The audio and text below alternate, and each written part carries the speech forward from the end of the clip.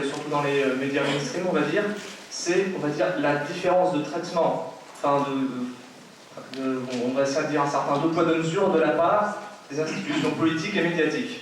Bon, alors je vais être très clair, en janvier dernier, il y a eu cette marche en janvier, vous le savez tous, nos dirigeants ont appelé au respect de la liberté d'expression. Il y a tout ce sujet-là qui est revenu un peu dans le bruit médiatique, alors que l'année dernière, ces mêmes dirigeants, au nom des valeurs républicaines, nous expliquaient qu'il fallait interdire les spectacles de Dieudonné. Ce même jour, lors de cette marche républicaine, il y a eu aussi donc cette histoire avec Dieudonné qui a dit cette phrase qui en soi techniquement ne veut rien dire. Je me sens Charlie Coulibaly, ça ne veut rien dire. Mais là encore, on lui met en examen pour une simple phrase. Vous avez vu ensuite dans les écoles des enfants qui n'ont pas voulu faire la minute de silence. On ne sait pas pour quelle raison ils n'ont pas voulu le faire. Certains ont 8 ans. On peut savoir quelle est leur raison profonde. Et ils se retrouvent mis en examen, enfin en garde à vue pour ça, pour le mot de trop, pour avoir à dire qu'il n'était pas Charlie. Et là, tout de suite, il y a cette suspicion généralisée. Vous avez comme par exemple Nathalie Saint-Cric qui a dit qu'elle voulait repérer et traiter tous ceux qui ne sont pas Charlie. Donc, bon, qu'est-ce que ça veut dire?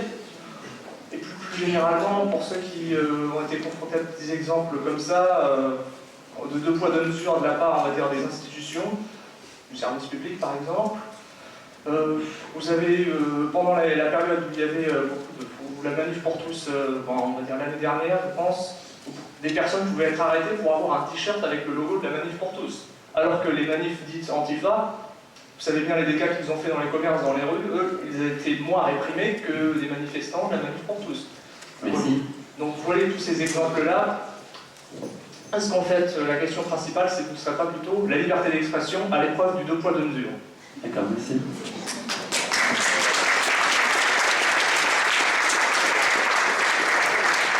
Si je continue à faire passer le micro, précisez juste si vous ne voulez pas être filmé. Merci. Jean-Claude Devez, le Pacte civique. Moi, ce qui me frappe actuellement, c'est le nombre de gens qui souffrent psychologiquement autour de moi, qui sont dans un repli, la défiance, qui sont dans un pessimisme.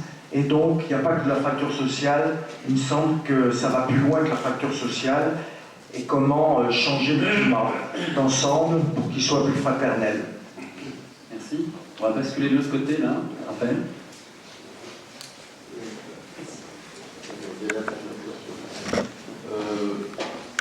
J'accepte l'enregistrement.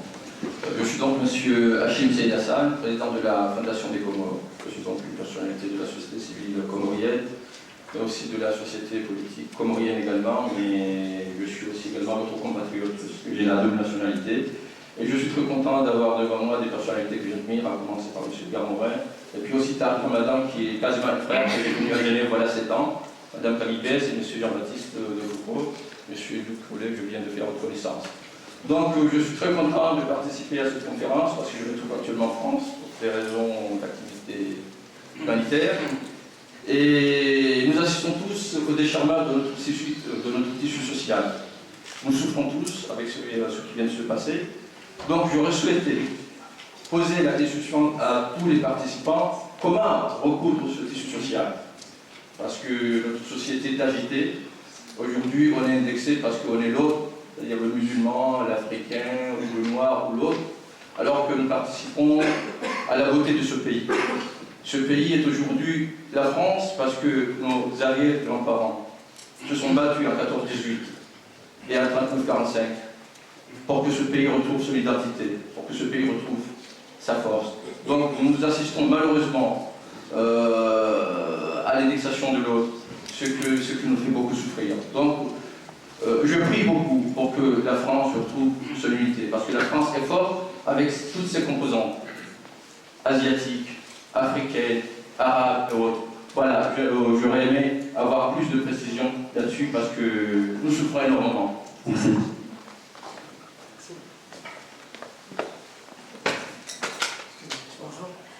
J'accepte de filmer. Je m'appelle Mehdi Husseini, je suis étudiant et j'aimerais juste une question. J'aurais juste une question, excusez-moi. Je voudrais savoir si vous ne trouvez pas qu'aujourd'hui, on n'a pas la cohésion sociale en France n'est pas mise en danger par les récents événements. On nous a montré une unité après les terribles attentats du 11 janvier. Et moi, justement, j'ai un peu l'impression qu'on a une rupture sociale entre les différentes communautés. j'ai l'impression que de plus en plus les musulmans, les juifs, les chrétiens sont de plus en plus distants et que les politiques françaises ne font pas ce qu'il faut pour améliorer la situation. Je pense notamment aux dernières polémiques qui sont sorties avec justement un enfant de 8 ans qui a été mis en garde à vue, ou encore, plus récemment encore, le voile à l'université qui est remis en cause. Et je trouve que c'est une fausse polémique. Après les événements, on devait rapprocher les Français, et je pense qu'on est très loin, donc j'aimerais savoir quelles solutions vous préconisez pour que la situation en France s'améliore de ce point de vue-là. Merci. Merci. Je vois une main au fond à gauche.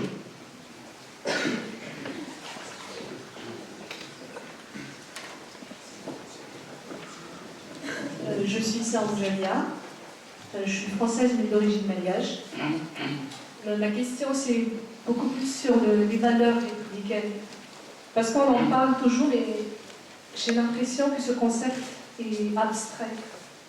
Et comment en fait vivre ça au quotidien, comment traduire ces concepts dans la vie quotidienne. Et surtout, est-ce qu'on pourrait avoir une définition concertée des valeurs républicaines? Merci beaucoup.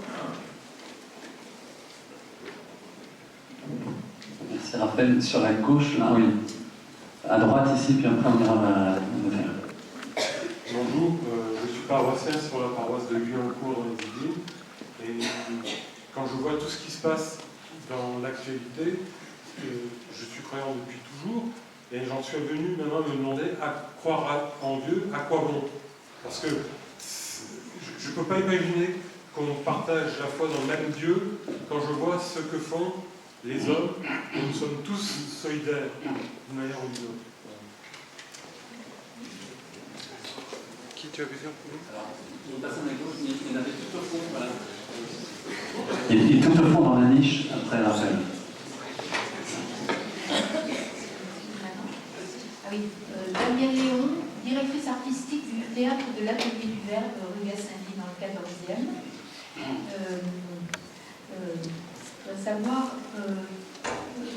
comment est-ce qu'on peut parler d'une véritable alternative à la soi-disant démocratie du bulletin de Montréal, remplacée par une véritable démocratie participative, selon les termes de cette association qui organise et qui est très prometteuse pour aller dans ce sens-là. Donc, comment est-ce qu'on prend le chemin d'une véritable démocratie participative, ce qui veut dire convier la population aux réflexions, aux discussions sur tous les sujets, dans tous les lieux, sous toutes les formes. Et ce qui veut dire aussi s'appuyer sur les réseaux des associations et faire même que toute la vie associative, toute la force comment on appelle ça, de la vie des associations, il y a un autre mot, ça m'échappe, que ça puisse véritablement prendre sa place dans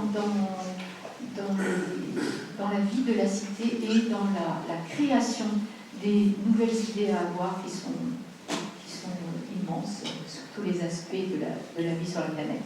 Merci beaucoup. On va prendre encore 2 interventions pour avoir le temps ensuite d'écouter les intervenants.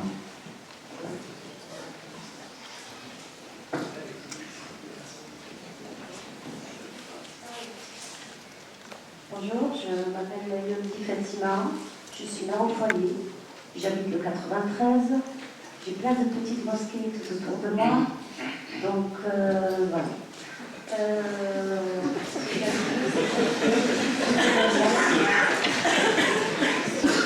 Est-ce que c'est triste que ne laisse pas d'autre choix à notre pays athée qui se cache perpétuellement derrière cette laïcité qui vise, on le sait, on n'est pas dupe, qui vise directement les musulmans, parce que je n'ai jamais vu un chrétien se baladant avec une énorme croix.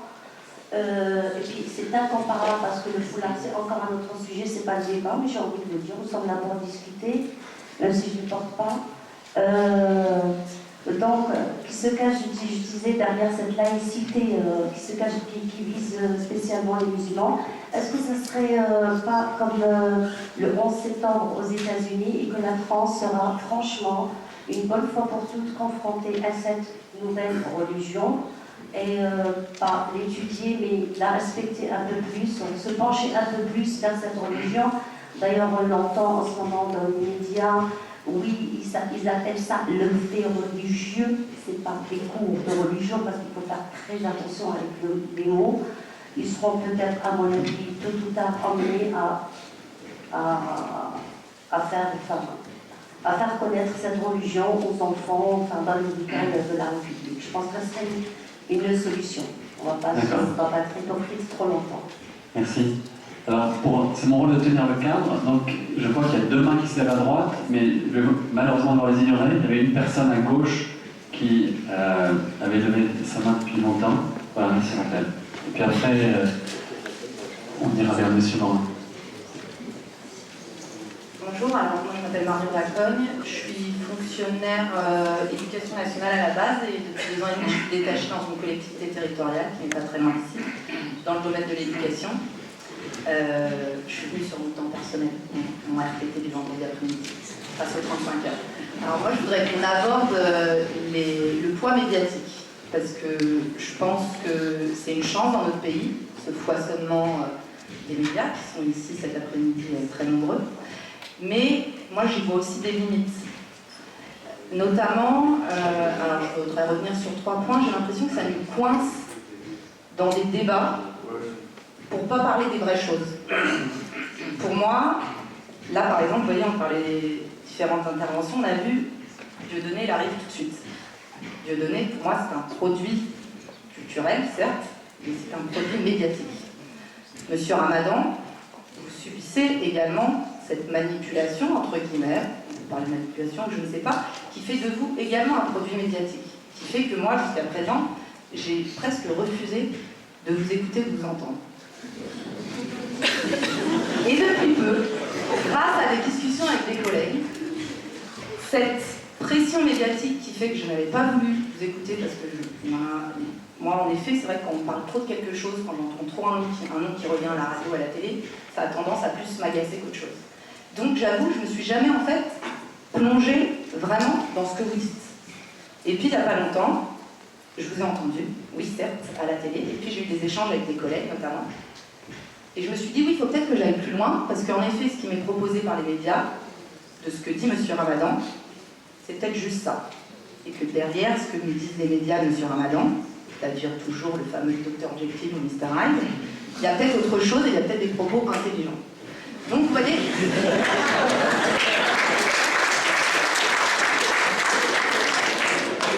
Pour en revenir, excusez ma franchise, hein, mais pour vous dire en gros ma réflexion et qui fait qu'aujourd'hui je suis là et je suis très motivée pour vous écouter.